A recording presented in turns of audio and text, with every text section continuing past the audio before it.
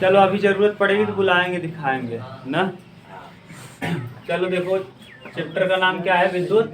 पीछे वाले चैप्टर को मैंने आपको बता दिया कि प्रिज्म क्या होता है। 3 आयताकार पारदर्शी पृष्ठों से घिरा हुआ बंद आकृति क्या कहलाता था? प्रिज्म। जब इससे श्वेत प्रकाश गुजरता था तो वह 7 रंगों में क्या हो जाता था? विभाजित हो जाता था या विभक्त हो जाता था। 7 रंगों में विभक्त होने की इस क्रिया को ही हम वर्ण विक्षेपण कहते थे। वर्ण विक्षेपण की वजह से ही इंद्रधनुष का निर्माण होता है। इंद्रधनुष हमेशा सूर्य के विपरीत दिशा में बनता है। याद करो, सूर्य जिस तरफ है उसी के विपरीत दिशा में इंद्रधनुष बनता है। दोपहर के 12 बजे इंद्रधनुष नहीं बनता है। इंद्रधनुष कैसे बन जाता है? वर्षा की कुछ बूंदें वर्षा के पश्चात या वर्षा होने के साथ ही हल्की होती हैं, जो वातावरण में रह जाती हैं। जब उस पर प्रकाश की किरणें पड़ती हैं तो ऐसी स्थिति में वो किरणें अपने परावर्तन, अपवर्तन, पूर्णांतरिक परावर्तन और वर्ण विक्षेपण की वजह से 7 रंगों में विभक्त हो जाता है, जिसके कारण एक अर्धचंद्राकार आकृति बनता है, जिसे आप क्या कहते हो? इंद्रधनुष कहते हो। इंद्रधनुष 2 प्रकार का होता है, प्राथमिक और द्वितीयक। ऊपर अगर लाल रंग है तो नीचे बैगनी तो प्राथमिक, और ऊपर बैगनी नीचे लाल है तो द्वितीयक। इंद्रधनुष में आप इसके बाद आप लोग ये देख लिए थे कि प्रिज्म त्रिभुजाकार होता है ऐसे करके। इस तरफ वाले को परावर्तक अपवर्तक पृष्ठ कहते हैं, इस वाले को भी। दोनों अपवर्तक पृष्ठ के बीच वाले कोण को प्रिज्म का कोण कहते हैं। अपवर्तक पृष्ठों के बीच का कोण क्या कहलाता है? प्रिज्म का कोण। आने वाली किरण को आपतित किरण कहते हैं ना, और निकलने वाली किरण को निर्गत किरण। आपतित किरण को आगे बढ़ाने पर और निर्गत किरण को पीछे बढ़ाने पर ना जो मान मिलता है, जहां पर ये दोनों काटती हैं, वहां बना कोण विचलन कोण कहलाता है। क्या कहलाता है? विचलन कोण। विचलन कोण को अगर हम एकदम बढ़ाते जाएं यानी आपतन कोण को हम यहाँ आपतन कोण को बढ़ाते जाएं तो विचलन कोण का मान बढ़ता जाता है। एक समय ऐसा आता है और आपतन कोण को घटाते जाएं तो विचलन कोण का मान घटता जाता है। एक ऐसी स्थिति आ जाती है कि उसके बाद घटाना संभव न हो, जिसे हम लोग न्यूनतम विचलन कोण कहते हैं। न्यूनतम विचलन कोण को डेल एम से प्रदर्शित करते हैं। और यहाँ अपवर्तनांक आप पहले से ही जानते हो, कितना कोई चमकता है कितना कोई नहीं, तो यह अपवर्तनांक कहलाता है। एक आदर्श प्रिज्म का कोण 60 डिग्री होता है, ये भी बता दिया था आपको। उसके बाद आप लोग पढ़े थे वर्ण विक्षेपण। वर्ण विक्षेपण के बाद आप प्रकीर्णन पढ़े थे, प्रकाश का प्रकीर्णन। जब प्रकाश किसी धूल कणों से टकराता है, जैसे एक बार तो कांच से टकराया तो टकरा के लौटा तो परावर्तन, कांच से टकरा के लौटा नहीं बल्कि इस पार से उस पार हो गया तो अपवर्तन, और कांच के छोटे छोटे बुरादे से टकरा कर चारों दिशाओं में फैल गया, उसी को प्रकीर्णन कहते हैं। जब प्रकाश की श्वेत प्रकाश की किरणें किसी धूल कण या धुएं या फिर छोटे कणों से टकरा कर सभी दिशाओं में फैल जाता है, या कुछ भाग या पूरा कंप्लीट भाग सभी दिशाओं में फैल जाता है, तो इस घटना को प्रकाश का प्रकीर्णन कहते हैं। प्रकाश के प्रकीर्णन की वजह से ही आसमान नीला दिखाई पड़ता है, समुद्र नीला दिखाई पड़ता है, और प्रकाश के प्रकीर्णन की वजह से ही सबसे ज़्यादा प्रकीर्णित होता है, यानी सबसे ज़्यादा फैलता है बैगनी, नीला और न जो आप लिखे थे बैगनी, आसमानी और नीला। तो ये हाँ, ये बैगनी सबसे ज़्यादा, उसके बाद आसमानी, तब नीला। तो ये 3 रंग सबसे ज़्यादा फैलते हैं। लेकिन इनमें भी सबसे ज़्यादा दिखता कौन है? तो नीला रंग। इसीलिए आसमान हमको आसमानी या नीला दिखता है। और अगर पूछ ले कि माने प्रकाश के प्रकीर्णन की वजह से ही सूर्य उगते समय और डूबते समय लाल दिखाई पड़ता है, प्रकीर्णन है। क्यों? क्योंकि और रंग तो सभी जगहों में फैल जाते हैं, लेकिन लाल रंग फैलता नहीं, इसी वजह से ये दूर तक दिखता है। ये सब आपको बता दिए थे। अब ये वाला जो चैप्टर है इसका नाम है इलेक्ट्रिक चार्ज। देखो, चार्ज को परिभाषित करने वाले वैज्ञानिक का नाम था थेल्स। जिसने सबसे पहले चार्ज को बताया यानी आवेश को बताया, उनका क्या नाम था? थेल्स। ठीक, ये एलिजाबेथ आप लोग सुने होंगे, एक रानी थी एलिजाबेथ ना, जो अंग्रेज हमारे ऊपर शासन किया करते थे, तो एलिजाबेथ का नाम आप लोगों ने सुना होगा। उन्हीं के दरबार में रहा करता था कौन? थेल्स। ठीक, ये थेल्स ही था जिसने चार्ज को डिफाइन किया था, चार्ज के विषय में बताया था। तो चार्ज को बताने का काम किसने किया था? थेल्स। लेकिन चार्ज के विषय में अच्छे से अध्ययन करने का काम किया था बेंजामिन फ्रैंकलिन ना। देखो वहाँ दिया होगा, तुम्हारे उसमें नहीं होगा किताब में, शायद इसमें, इसकी किताब में होगा। ये जो लिखी है देखो, लिखा होगा थेल्स ने परिभाषित किया था विद्युत आवेश को ना, और उसके बाद बेंजामिन फ्रैंकलिन ने हाँ आवेश को अच्छे से परिभाषित किया था। जब एक बार बिजली गिरी तो उसी से बिजली, देखो एक चीज है, ये जो बिजली है एक प्रकार का, जो आप लोग कहते हो चिर्री गिर गया ना, आप लोग कभी बादल टकराते हैं तो टकराने के पश्चात क्या बजने लगता है, माने चिर्री गिरता है, वही ना, तो बिजली गिरता है। तो बिजली का एक गुण होता है कि बिजली आपको तभी घातक रहेगी जब आप किसी सतह के बाहर रहेंगे, अंदर रहने पे ये प्रभाव नहीं डालता। ये सबसे ज्यादा प्रभावित वहां करता है, देखो बिजली सबसे ज्यादा तगड़ा कहाँ लगेगा, कहाँ खड़े रहो आप, पानी में, कहाँ पानी वाले में खड़े रहो तो आपको ज्यादा तेज लगेगा। यही कारण है कि जब आपको बिजली, कभी देखो ध्यान से, बिजली जब गिरती है तो लोग मना करते हैं कहाँ मत जाइए, खेत में मत जाइए, क्योंकि धान लगाते समय पानी बहुत तेजी से बिजली को क्या करता है, आकर्षित करता है। ठीक, तो बिजली को आकर्षित कर लेता है बहुत तीव्र गति से। ठीक, यही कारण है कि आपको पानी वाले जगहों पे मना किया जाता है, लेकिन ये सतह पर ही रहता है, सतह के अंदर बिजली घुस नहीं पाता है। ये बिजली के वो है कि बिजली किसी सतह के अंदर घुसेगा नहीं, केवल सतह पर ही। अरे भैया, अगर आपके पास लाइट है, जो तार गिरे तो तार बिजली पानी में गिरेगा तो पानी में सब जगह फैल जाएगा, लेकिन बहुत दूर तक नहीं फैल पाएगा। इतना उसका पास ताकत नहीं है कि बहुत बड़ा नदी है उसमें तार गिर जाए तो पूरे नदी में करंट उतर जाए, ऐसा कभी संभव ही नहीं है ना। लेकिन ये है कि वो आकर्षण कहाँ उसका ज्यादा लगता है, जहाँ पानी हो। अब जितने विशाल पेड़ होंगे उसमें पत्तियां ज्यादा होंगी, और आप लोग पेड़ पौधे वाला पढ़ लिए हैं बॉटनी, पेड़ पौधों की पत्तियां ही क्या करती हैं, पानी को खींच करके जाइलम द्वारा कहाँ जाता है, पत्तियों के पास, और फ्लोएम द्वारा भोजन को ले आता है जड़ों के पास। तो जाइलम और फ्लोएम लगातार काम करते हैं, तो सबसे ज्यादा पत्तियों में पानी होता है, पत्तियां ही उस वाष्प उत्सर्जन करती हैं। तो वाष्प उत्सर्जन के समय पत्तियों के, जैसे छोटा पेड़ है तो उसमें पानी, उसके पत्तियों में पानी कम रहेगा, और बड़ा पेड़ है तब ज्यादा। इसीलिए, और दूध वाला पेड़ है, जैसे जिसमें दूध वाला पेड़ है यानी उसमें पानी तो पहले से महुआ हो गया ना। आप ये देख ली, पीपल देख लीजिए, बरगद देख लीजिए, ये सब विशाल हैं, इनमें बहुत ज्यादा पत्तियां भी हैं। अगर पत्तियां ज्यादा हैं तो इसमें पत्तियों में पानी भी ज्यादा होगा, तो इसी वजह से विशाल पेड़ के नीचे ज्यादातर क्या गिर जाता है, बिजली। आप सुनते होंगे इस पेड़ के नीचे मत जाइए, यहाँ बिजली गिरने का ज्यादा पानी बारिश होने लगती है, तो मना कर। लेकिन अगर मान लो किसी गाड़ी में या फिर किसी सतह के अंदर आप बैठे हो, ये घर तो अलग चीज है, लेकिन सतह के अंदर अगर मान लो कोई 4 व्हीलर के अंदर बैठा आदमी है, तब बिजली उसके उस 4 व्हीलर पे गिर जाए तो उस आदमी को कोई प्रभाव पड़ने वाला नहीं है, क्योंकि बिजली उसके सतह पर रहेगी, उसके अंदर जाने का प्रयास नहीं करेगी, बिजली सतह पे काम करती है। अगर ऐसा होता तो हवाई जहाज कहाँ उड़ती है, आसमान में, तब तो बिजली हमेशा देखो बारिश के समय क्या बंद हो जाता, हवाई जहाज जाता रहा। तो इसका मतलब अगर हवाई जहाज पे गिरता तो सब मर जाते, लेकिन ऐसा नहीं होता है। बिजली केवल कहाँ काम करता है, उसके सतह पर, सतह के अंदर उसका कोई प्रभाव नहीं रहता। सतह के अंदर वो चार्ज को डिस्चार्ज कर देता है। वहाँ पीछे हवाई जहाज में बड़े बड़े लोहे लगे रहते हैं, रॉड, और रॉड पे वो बिजली पड़ता है और पीछे वो चार्ज को क्या करता है, फेंक देता है, तो इससे उसके ऊपर कोई प्रभाव पड़ने वाला नहीं है।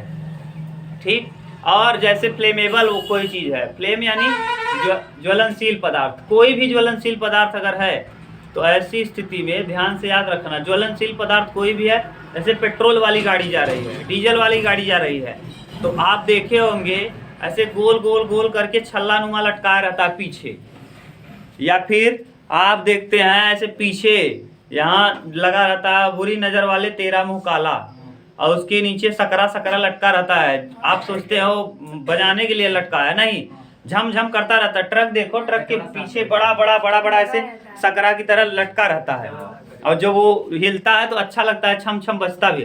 वो बजने के लिए नहीं लगाया है कि मान लो कोई चार्ज उस पर आए तो चार्ज को क्या कर दे, नीचे फेंक दे जमीन में। और जमीन ऐसी चीज है कि सभी चार्ज को अवशोषित कर सकती है। जमीन पे कोई भी चार्ज आप स्थिर नहीं रह सकता, सबको खा जाएगी। ठीक, तो ये सारे चार्ज को निगल सकती है। इसीलिए जो फ्लेमेबल यानी जो भी चीजें ऐसी हैं जिसमें ज्वलनशील पदार्थ है, पेट्रोल है, डीजल है, उन गाड़ियों को कभी आते जाते देखना उसके पीछे एक जंजीर लटकी रहेगी। वो वो जंजीर से जो भी उसके ऊपर चार्ज आएगा और सब चार्ज को कहाँ कर देगी, नीचे। अब चार्ज क्या होता है आप जानते होंगे, एटम आप जानते हैं। एटम यानी क्या, हाँ, परमाणु, अणु नहीं, परमाणु, परमाणुओं से मिलके अणु बना है, याद रखना।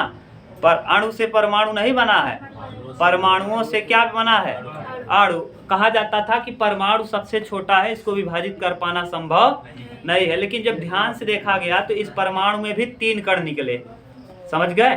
सबसे छोटा अगर कण, जैसे आपका शरीर बना है, आप शरीर पढ़ चुके हो, अब आप पढ़े हो कि नहीं मैं नहीं जानता। आप लोग ऊतक के समूह को क्या कहते हैं, अंग ना, ऊतकों के समूह को अंग, कोशिकाओं के समूह को ऊतक, ऊतकों के समूह को अंग, अंग के समूह को अंग तंत्र और अंग तंत्र के समूह को शरीर, बॉडी। ठीक, ये आपने पढ़ा है। ऐसे ही यहाँ भी है, एटम को तोड़ पाना संभव नहीं है, लेकिन एटम के अंदर देखा गया कि कुछ न कुछ चार्ज है, कुछ न कुछ क्या है, चार्ज। अब ये चार्ज क्या है, ये चार्ज बताने का काम अभी बता दिया आपको, थेल्स ने किया था सबसे पहले। वो एलिजाबेथ के दरबार में रहने वाला था और उसको अच्छे से परिभाषित करने का काम किया था बेंजामिन फ्रैंकलिन ने। किसने, बेंजामिन फ्रैंकलिन। तो एटम आप देख रहे हो, एटम को, एटम अविभाज्य कण होता है। एटम यानी क्या, परमाणु।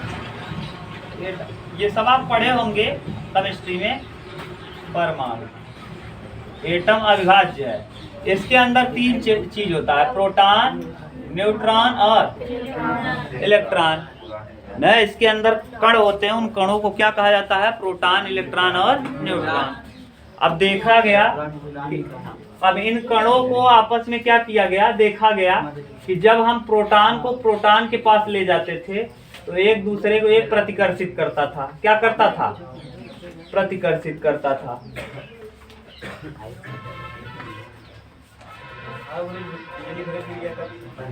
तब प्रभाव डाल देगा, अंदर रहोगे तो प्रभाव डाल देगा, घर को तोड़ सकता है ना वो, लेकिन गिरता नहीं, किसी ऐसे सतह पे गिरता ही नहीं बिजली, समझ गए। जैसे हम आपको बता दिए वहां गिरेगा, वो बिजली को आकर्षित कौन कर सकता है, जल, वाटर, समझ गए।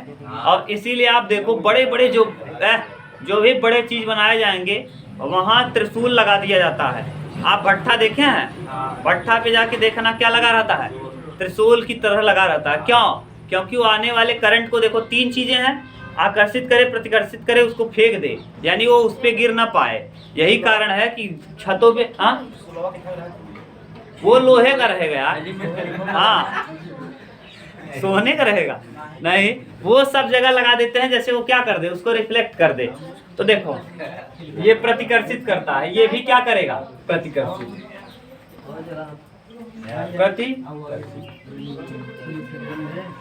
और एक है न्यूट्रॉन, इलेक्ट्रॉन, यहाँ लिख दो, प्रोटॉन और इलेक्ट्रॉन। ये प्रोटॉन था और ये इलेक्ट्रॉन है, और न्यूट्रॉन पे कोई चार्ज नहीं होता। अभी कैसे पता करोगे, देखो ध्यान से सुनो, कैसे इन सबका पता किया गया। पहले क्या किया गया, इसको पहले तो यही आदमी को था कि इससे छोटा संभव नहीं है परमाणु से, लेकिन जब इसको और अच्छे से देखा गया तो देखा गया कि इनमें छोटे छोटे कण हैं जिनको हम प्रोटॉन, न्यूट्रॉन और इलेक्ट्रॉन कहते हैं। आप पढ़ना तो बताएंगे, तरबूज के बीज के समान, उसमें कई लोगों ने अपना वो दिया, थियरी दिया, उससे हमको लेना देना नहीं। यहाँ केमिस्ट्री नहीं चल रहा है, यहाँ केमिस्ट्री हम नहीं पढ़ा रहे हैं। तो यहाँ प्रोटॉन को जब प्रोटॉन के पास लिया गया तो दोनों एक दूसरे को क्या कर रहे थे, प्रतिकर्षित कर रहे थे। जब इलेक्ट्रॉन को इलेक्ट्रॉन के पास ले जाया गया तो ये दोनों एक दूसरे को क्या कर रहे थे, प्रतिकर्षित। लेकिन जब प्रोटॉन को इलेक्ट्रॉन के पास ले जाया गया तो ये देखा गया एक दूसरे को ये क्या कर रहे थे, आकर्षित कर रहे थे। तो आदमी देखो ये प्लस माइनस होता नहीं है, आकर्षित, ये प्लस माइनस नहीं था, लेकिन आदमी अपना दिमाग लगाया और मैथ का उपयोग यहाँ किया। आप बताओ, अगर 2 माने पॉजिटिव चार्ज हैं, मैथ में पॉजिटिव धनात्मक संख्याएं क्या होती थी, जुड़ जाती थी, ऋणात्मक भी जुड़ जाती थी, और धनात्मक क्या करती थी, घटती थी, या ऋणात्मक धनात्मक हो तब भी घट जाती थी।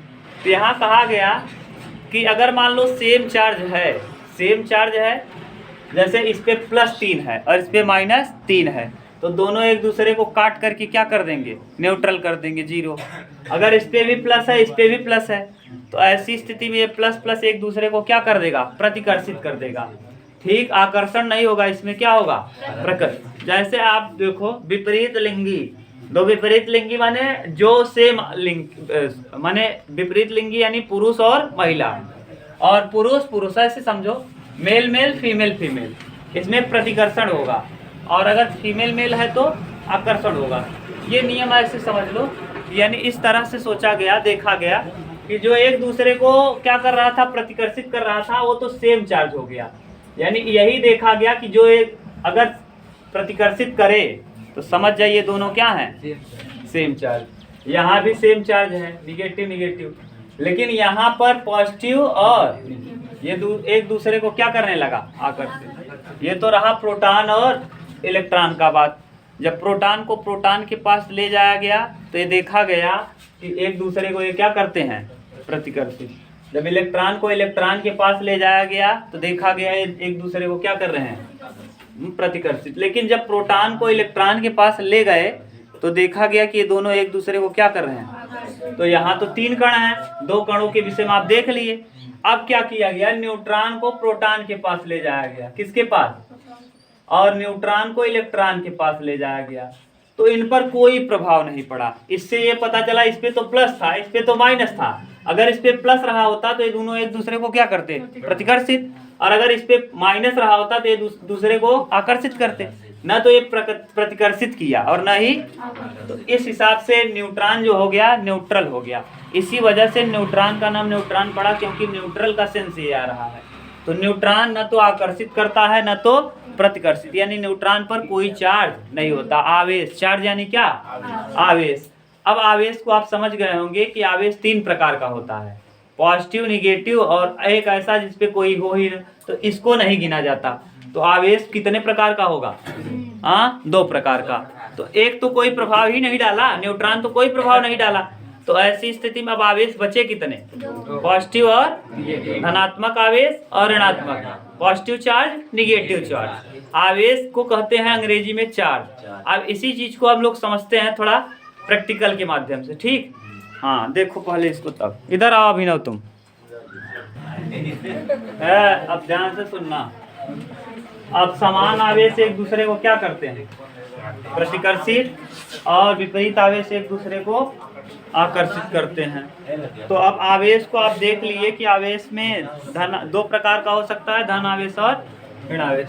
आवेश को जो आवेश को सबसे पहले बताया किसने था, आवेश को सबसे पहले किसने बताया, हाँ, आवेश को बताने का काम थेल्स ने किया। बताया सबसे पहले किसने था, आवेश को सबसे पहले किसने बताया,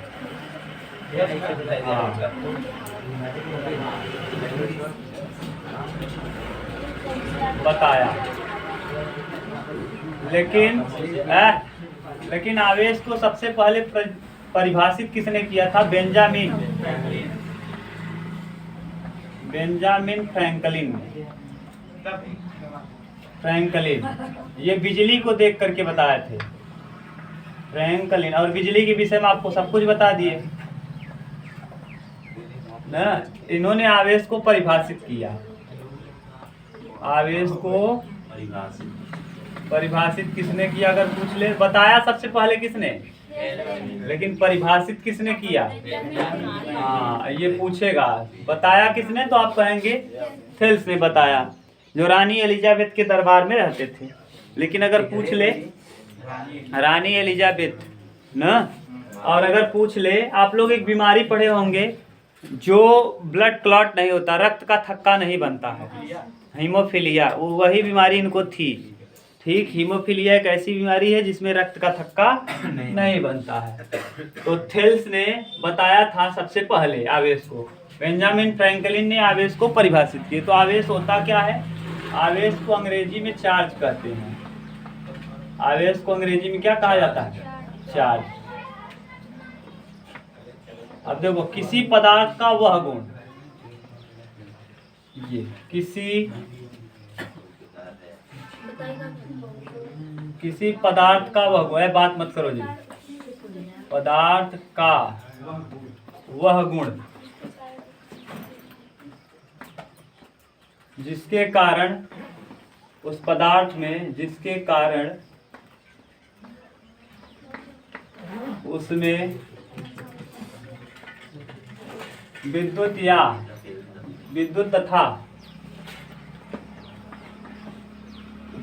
तथा चुंबकीय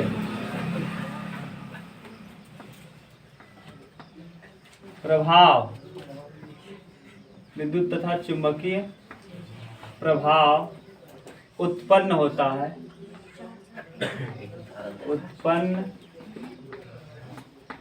है उसे आवेश कहते हैं।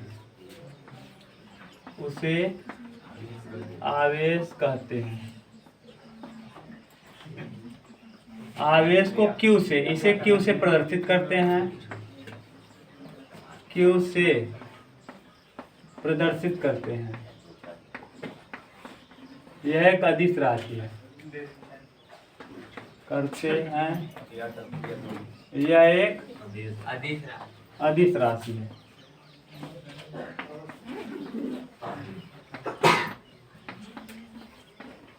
इसका मात्रक कूलाम होता है। इसका मात्रक कूलाम होता है। कूलाम होता है।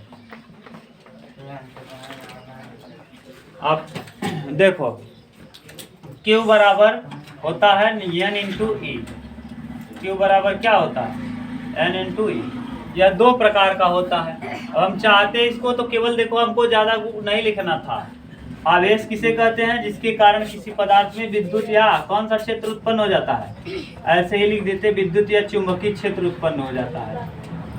चुंबकीय, केवल इतना ही लिखना था, ये पूरा कहानी नहीं लिखते। किसी पदार्थ का वह गुण जिसके कारण उस पदार्थ में विद्युत तथा चुंबकीय प्रभाव उत्पन्न हो जाता है, उसी को क्या कहते हैं? आवेश कहते हैं। आवेश, इसे हम Q से प्रदर्शित करते हैं। बस 3 लाइन लिखना था, इतना बड़ा नहीं लिखना है। ऐसे याद करोगे तो कंफ्यूज हमेशा रहोगे। डायरेक्ट याद करना, किसी पदार्थ का वह गुण जिसके कारण उसमें विद्युत और चुंबकीय दोनों क्षेत्र उत्पन्न हो जाता है, दोनों प्रभाव उत्पन्न हो जाए, वही आवेश कहलाता है। इसे Q से प्रदर्शित करते हैं। यह एक अदिश राशि है और इसका मात्रक कूलाम होता है ना।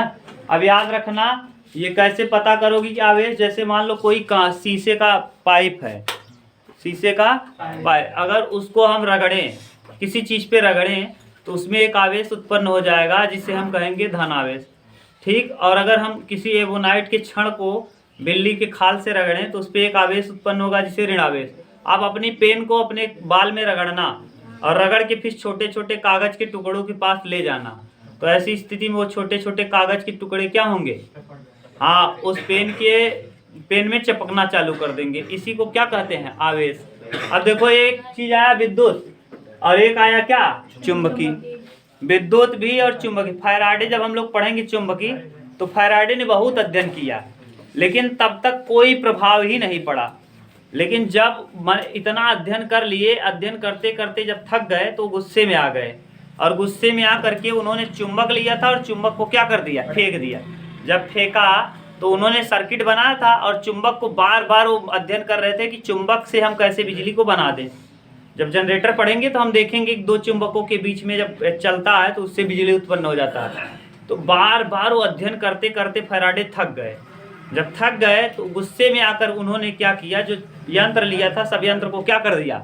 फेंका। जब तेजी से फेंका ना तो देखा जितने बल्ब थे वो क्या होने लगे? जलने। तब उनको पता चला कि जब तक चुंबक को हम गतिमान नहीं करेंगे तब तक वो बिजली उत्पन्न। जो आप जनरेटर चलाते हो, 2 चुंबकों के बीच में एक सर्किट लगा होता है। जब ये जो दोनों, देखो जनरेटर में करते क्या हो? पहिया को ही चलाते हो ना। तो जब चुंबक को चलाओगे तो गतिमान चुंबक क्या उत्पन्न करता है? बिजली। यानी गतिमान रहेगा तभी। स्थिर चुंबक में कोई प्रभाव नहीं पड़ेगा। लेकिन अगर गतिमान हो गया तो ऐसी स्थिति में गतिमान चुंबकीय क्षेत्र क्या उत्पन्न कर देता है? विद्युत उत्पन्न कर देता है। ठीक। इसका मतलब अगर हम चुंबक को गतिमान कर दें तो उससे क्या बना सकते हैं? बिजली बना सकते हैं। क्या बना सकते हैं?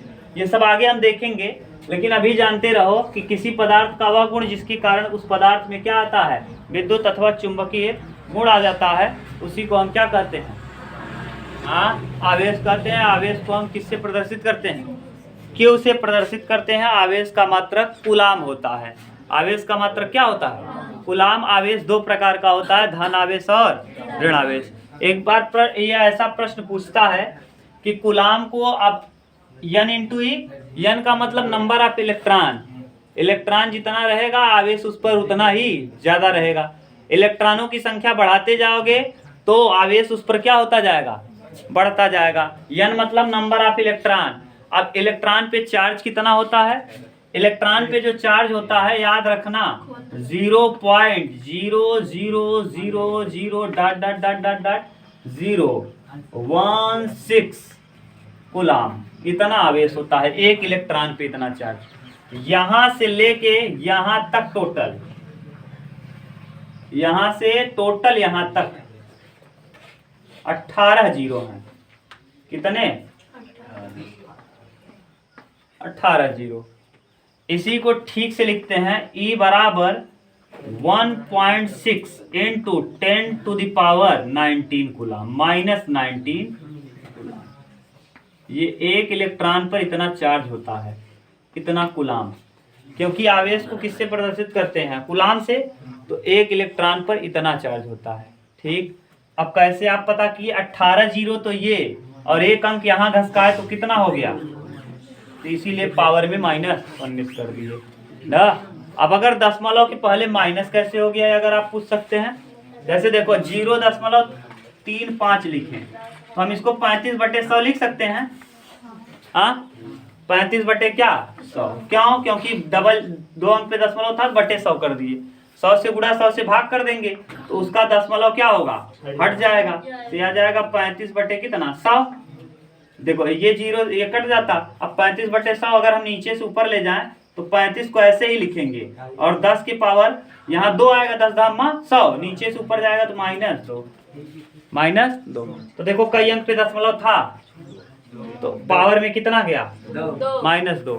ऐसे ही देखो यहाँ से लेके 18 ये, और एक अंक यहाँ और बढ़ा दो तो कितना जीरो, तो -19 कूलाम। ठीक, तो एक इलेक्ट्रॉन पर चार्ज कितना होता है, 1.6 गुणे 10 की पावर माइनस, लेकिन ये माइनस में होता है। ये किस में होता है, अगर यही प्रोटॉन पर चार्ज पूछे तब प्रोटॉन पे भी बिल्कुल सेम चार्ज होता है, लेकिन वो पॉजिटिव चार्ज होता है।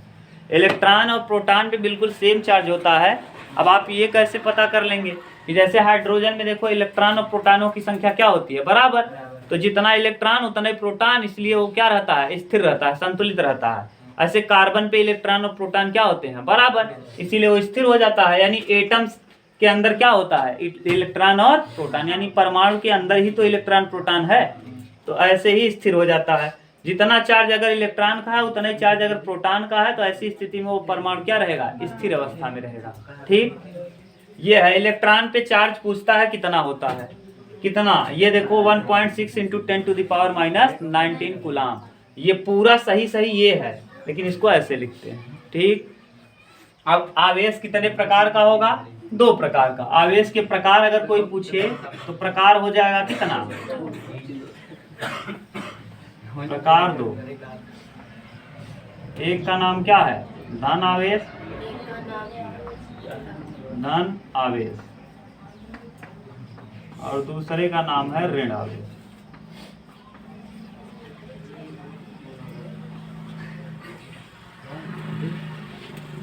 धन आवेश किसे कहेंगे, इलेक्ट्रॉन की कमी से उत्पन्न आवेश। इलेक्ट्रॉन अगर कम रहेगा तो इसका मतलब पॉजिटिव चार्ज रहेगा, इलेक्ट्रॉन अगर ज्यादा रहेगा तो निगेटिव चार्ज।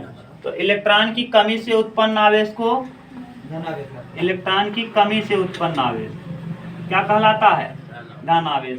और इलेक्ट्रॉन की अधिकता की वजह से, अधिकता की वजह से उत्पन्न आवेश ऋण आवेश कहलाता है। यही देखो लिखा होगा, इलेक्ट्रॉन की कमी से उत्पन्न आवेश धन आवेश तथा इलेक्ट्रॉन की अधिकता से उत्पन्न आवेश क्या कहलाता है, ऋण आवेश कहलाता है। और ये धन आवेश और ऋण आवेश आपके यहाँ दिया भी है कि कैसे उत्पन्न करोगे। देखो इसमें कहा है कि यदि एक कांच की छड़ को रेशम के कपड़े से रगड़ा जाता है तो कांच की छड़ पे इलेक्ट्रॉन की कमी हो जाती है। तो इलेक्ट्रॉन की कमी हुई तो कौन सा आवेश हो जाएगा? धन आवेश। और अगर एक एबोनाइट की छड़ को फर से रगड़ा जाता है तो एबोनाइट की छड़ पे इलेक्ट्रॉन की अधिकता हो जाती है। इलेक्ट्रॉन की अधिकता से कौन सा आवेश? ऋण आवेश उत्पन्न हो जाएगा। यही तो है। ठीक, अब लिखो विद्युत क्षेत्र, इसको उतारो तब।